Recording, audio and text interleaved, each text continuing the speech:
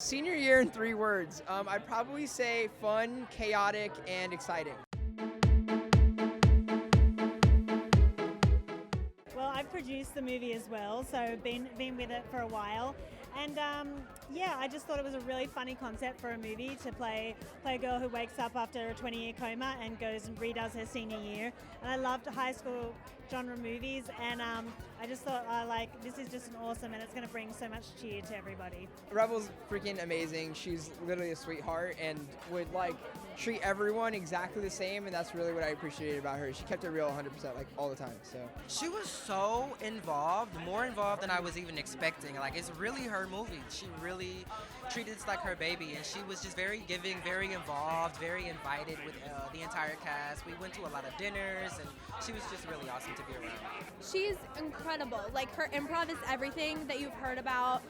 She's truly one of the nicest people I've ever worked with, and being the youngest one on set was a little bit intimidating, but she took me out to dinner all the time, made sure I was super comfortable, and it takes a big heart to do that, to go out of your way, and I think that just speaks to her character. What was it like working with Rebel as a producer, and then what went into kind of playing the younger version of her?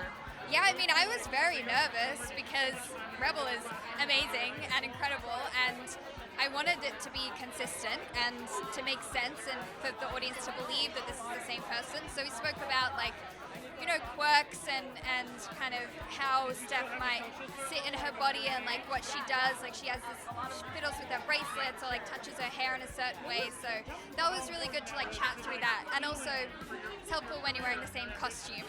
So. And I love that we finally get to hear the Australian accent, because I'm sure lots of people forget that you're Australian. Yes, it was so exciting to have my own accent in an American movie. I was overjoyed. I kind of feel like to be on the carpet with Mary Holland, who's the older version of you, because I know you don't really get scenes together.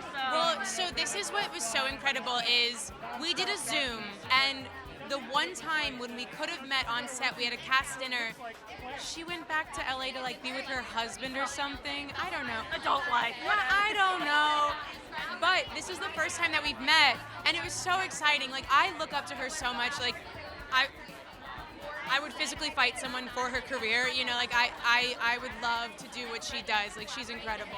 Well, our director is so wonderful, Alex, and he let us, he gave me Zoe Chao's contact information, and Jade is my daughter, so obviously my character would have no idea about her future daughter, but Zoe and I FaceTimed, and we talked about who Tiffany is and why she's mean and kind of where that comes from, because hurt people, and she's an insecure young woman, and she probably hasn't been dealt the best cards, although she's a very privileged person, and I think she takes it out on Steph, and that's what makes it kind of a complex, funny comedy, is that although it is really, really funny and irreverent and raunchy, there is a lot of heartfelt messages. What was your favorite scene that you got to do? Was there any improvising, anything that you surprised you and made you laugh? There was, I don't know if I can spoil it, but there was one scene where I kind of have a jizzy sock, and it was one take. It was literally one take, and he was just tapping on the side, and I was like, yeah, that cracked me up. Yeah, that was a one take,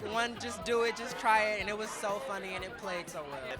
What's something from 2002 that you want to make a comeback if it hasn't yet already? Well, I'd probably say butterfly clips, and I've seen a couple people with them here tonight, so let's manifest that comeback for sure. Frosted Tips. I honestly really miss portable CD players. I listened to Avril Lavigne like Skater Boy, would carry it around with my, pretending that I was living in my emo world, and it was just chef's kiss. I miss it. Miss the earnestness of it all. I just feel like we were all really trying to look good, and there was no sarcasm in it. It was just will this work? I think this will work. Maybe that still exists now, but there's something about the early aughts that feels like there's an innocence, that a lack of jadedness. I love Rebel's room in this movie. Yeah. What would be all over your rooms, or what was all over your walls in the room? High School Musical, for sure. High School Musical was my jam, so yeah. I was a huge High School Musical fan, die hard. I had all the High School Musical posters on my walls. Yeah, and Taylor Swift. I'm still a huge Taylor Swift fan and a huge High School Musical fan. lots of High School Musical, lots of Zac Efron, lots of puppies. Weird. I had a fair amount of One Direction and also Hayden Panettiere. I had one poster. It was Fred Astaire and Ginger Rogers dancing.